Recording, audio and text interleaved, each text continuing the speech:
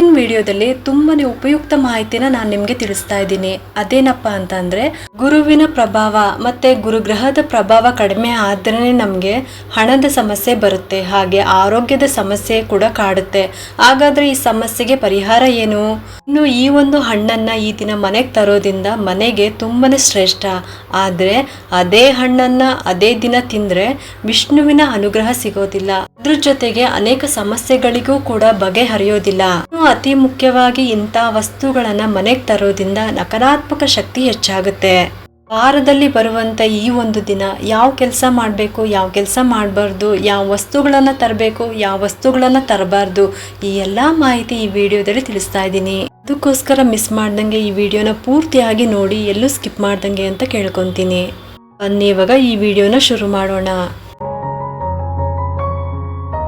ಹೆಣ್ಮಕ್ಳು ತಲೆ ಸ್ನಾನ ಮಾಡಿನೇ ವ್ರತ, ಪೂಜೆ, ಪುನಸ್ಕಾರಗಳನ್ನ ಮಾಡ್ಬೇಕಾ ಅಥವಾ ಹಾಗೆ ಮೈಗೆ ಸ್ನಾನ ಮಾಡ್ಕೊಂಡು ಮಾಡ್ಬೋದಾ? ಈ ಪ್ರಶ್ನೆ ನಿಮ್ಗೂ ಕೂಡ ಕಾಡ್ತಾ ಇದೆ ಅಂತ ನಾನು ಅನ್ಕೊಂತೀನಿ. ಹಾಗಾದ್ರೆ ಉತ್ತರ ಈ ವಿಡಿಯೋದಲ್ಲಿ ತಿಳಿಸ್ತಾ ಇದ್ದೀನಿ.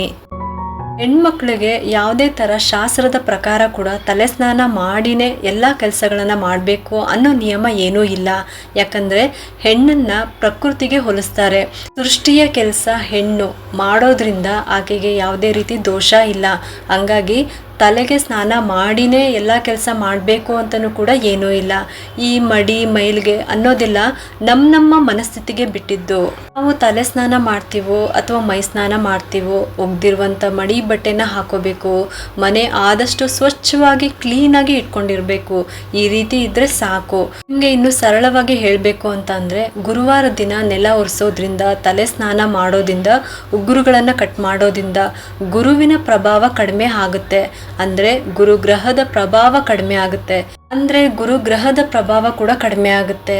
ಇದರಿಂದ ಮನೆಯಲ್ಲಿ ಹಣದ ಸಮಸ್ಯೆ ಮತ್ತೆ ಆರೋಗ್ಯದ ಸಮಸ್ಯೆನೂ ಕೂಡ ಕಾಡುತ್ತೆ.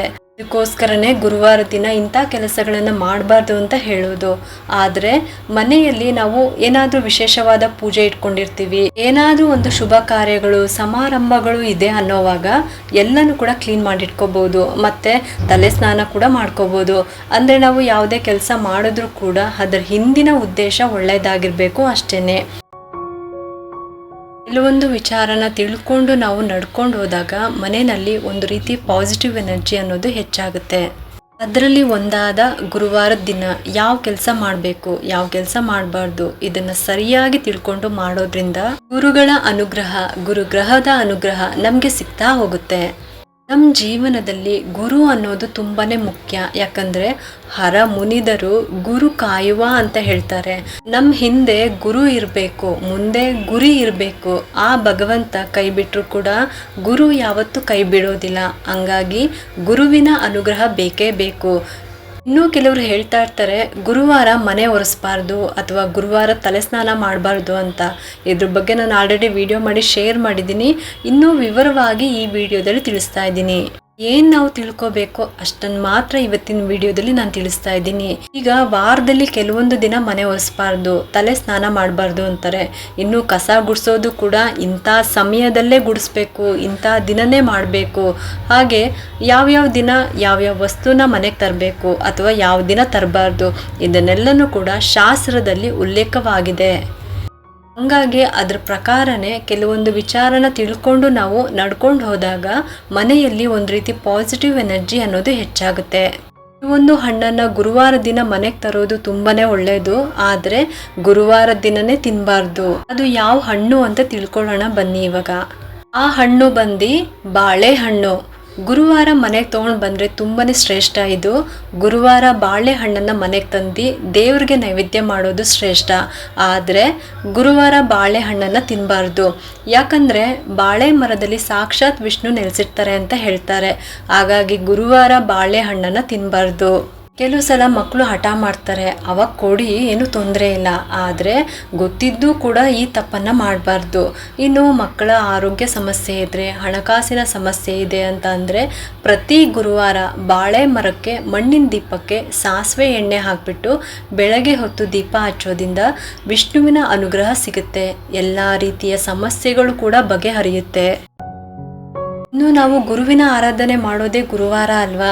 ನೀವು ಇಷ್ಟಪಡುವಂಥ ಗುರು ಆಗಿರ್ಬೋದು, ರಾಯರೇ ಆಗಿರ್ಬೋದು, ಸಾಯಿಬಾಬಾ ಆಗಿರ್ಬೋದು, ದತ್ತಾತ್ರೇಯ ಸ್ವಾಮಿ ಆಗಿರ್ಬೋದು, ದಕ್ಷಿಣ ಮೂರ್ತಿನೇ ಆಗಿರ್ಬೋದು, ಈ ರೀತಿ ಗುರುಗಳನ್ನ ಗುರುವಾರ ದಿನ ಮಾಡ್ತೀವಿ ಅಲ್ವಾ. ಇಂಥ ದಿನಗಳಲ್ಲಿ ತಲೆ ಸ್ನಾನ ಮಾಡೋದು, ಮನೆ ಒರೆಸ್ಬಾರ್ದು ಅಂತ ಅಂದ್ರೆ, ಪೂಜೆ ಮಾಡಬಾರ್ದು ಅಂತ ಅಂದ್ರೆ ಹೇಗೆ? ಕೆಲವರೆಲ್ಲ ವ್ರತಗಳನ್ನ ಮಾಡ್ತಾ ಇರ್ತಾರೆ. ಹೀಗಿರುವಾಗ ತಲೆ ಸ್ನಾನ ಮಾಡೋದೇ ಆಗಿರ್ಬೋದು, ವ್ರತಗಳನ್ನ ಮಾಡೋದು, ದೇವಸ್ಥಾನಕ್ಕೆ ಹೋಗೋದು, ಇದನ್ನೆಲ್ಲ ಹೇಗೆ ಮಾಡೋದು ಹೇಳಿ? ಇದ್ರ ಬಗ್ಗೆ ತುಂಬಾ ಯೋಚನೆ ಆಗುತ್ತೆ ಅಲ್ವಾ. ಬನ್ನಿ ಇವಾಗ ಇದಕ್ಕೆ ಪರಿಹಾರನೂ ಕೂಡ ತಿಳ್ಕೊಳ್ಳೋಣ. ಮೊದಲಿಗೆ ಗುರುವಾರ ಯಾವ ಕೆಲಸಗಳನ್ನ ಮಾಡಬಾರ್ದು ಅಂತ ತಿಳ್ಕೊಳ್ಳೋಣ. ಗುರುವಾರ ರಾಯರನ್ನ, ಗುರುಗಳನ್ನ ಮಾತ್ರ ಅಲ್ಲದೆ ವಿಷ್ಣುವನ್ನ ಮತ್ತೆ ಲಕ್ಷ್ಮಿಯನ್ನು ಕೂಡ ಆರಾಧನೆ ಮಾಡ್ತೀವಿ. ಲಕ್ಷ್ಮೀ ನಾರಾಯಣರಿಗೂ ಕೂಡ ಗುರುವಾರ ಅಂದ್ರೆ ತುಂಬಾನೇ ಶ್ರೇಷ್ಠವಾದ ದಿನ.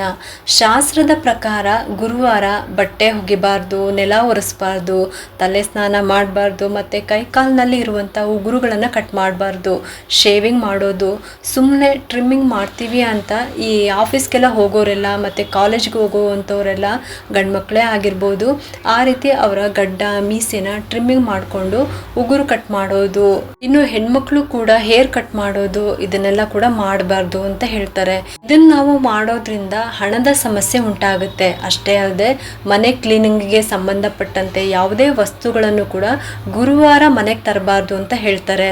ಸೋಪ್ ಆಗಿರ್ಬೋದು, ಶ್ಯಾಂಪು, ಮತ್ತೆ ನೆಲ ಒರೆಸುವಂಥ ಲಿಕ್ವಿಡ್ ಆಗಿರ್ಬೋದು, ಮಾಪು, ಪೊರ್ಕೆ, ಇಂಥದ್ದನ್ನೆಲ್ಲ ಗುರುವಾರ ಮನೆಗೆ ತರಬಾರ್ದು. ಮತ್ತು ಕಟ್ಟರ್ಗಳು ಅಂದರೆ ನೈಲ್ ಕಟ್ಟರು, ಕತ್ರಿ, ಚಾಕು, ಈ ರೀತಿ ಚೂಪಾದ ವಸ್ತುಗಳನ್ನು ಕೂಡ ಗುರುವಾರ ಮನೆಗೆ ತರಬಾರ್ದು. ಇಂಥ ವಸ್ತುಗಳನ್ನು ಮನೆಗೆ ತರೋದ್ರಿಂದ ನಕಾರಾತ್ಮಕ ಶಕ್ತಿ ಹೆಚ್ಚಾಗುತ್ತೆ. ಇದಿಷ್ಟು ಕೂಡ ಗುರುವಾರದ ದಿನ ಏನೆಲ್ಲ ಮಾಡಬಾರ್ದು, ಯಾಕೆ ಮಾಡಬಾರ್ದು ಅಂತ ತಿಳ್ಕೊಂಡ್ರಿ ಅಲ್ವಾ. ಇಂಥ ಕೆಲಸಗಳನ್ನ ಮಾಡೋದ್ರಿಂದ ಗುರುಗ್ರಹದ ದೋಷ ಉಂಟಾಗುತ್ತೆ, ಅಂದ್ರೆ ಗುರುಗ್ರಹದ ಪ್ರಭಾವ ಕಡಿಮೆ ಆಗುತ್ತೆ ಅಂತ ಹೇಳ್ತಾರೆ. ಹಂಗಾದ್ರೆ ನಾವು ಗುರುವಾರ ತಲೆ ಸ್ನಾನ ಮಾಡ್ದಂಗೆ ರಾಯರ ದೇವಸ್ಥಾನಕ್ಕೆ ಹೇಗೆ ಹೋಗೋದು, ಮತ್ತೆ ಮನೆನ ಒರೆಸ್ದಂಗೆ ಹೇಗೆ ಪೂಜೆ ಪುನಸ್ಕಾರಗಳನ್ನ ಮಾಡೋದು ಅಂತ ನೀವು ಕೇಳ್ಬೋದು. ಆದ್ರೆ ಇದಕ್ಕೂ ಕೂಡ ಪರಿಹಾರ ಇದೆ. ಒಂದು ಸಮಸ್ಯೆ ಅಂತ ಇದ್ಮೇಲೆ ಅದಕ್ಕೊಂದು ಪರಿಹಾರ ಅಂತೂ ಇದ್ದೇ ಇರುತ್ತೆ ಅಲ್ವಾ. ಈಗ ನೀವು ಗುರುವಾರ ಪೂಜೆ ಮಾಡಬೇಕು ಅಂತ ಅಂದರೆ ಆದಷ್ಟು ಹಿಂದಿನ ದಿನ ಕಂಪ್ಲೀಟ್ ಆಗಿ ಡೀಪ್ ಆಗಿ ಮನೆಯೆಲ್ಲ ಒರೆಸಿ ಕ್ಲೀನ್ ಮಾಡಿ ಇಟ್ಕೊಳ್ಳಿ. ಮಾರನೇ ದಿನ ಗುರುವಾರ ದಿನ ದೇವ್ರ ಮನೆನ ಮಾತ್ರ ಒರೆಸ್ಕೊಂಡು, ಹೊಸ್ಲನ್ನ ಒರೆಸ್ಕೊಂಡು, ಬಾಗಿಲು ತೊಳ್ಕೊಂಡು, ರಂಗೋಲಿ ಹಾಕಿ ನೀವು ಪೂಜೆ ಮಾಡ್ಕೋಬೋದು.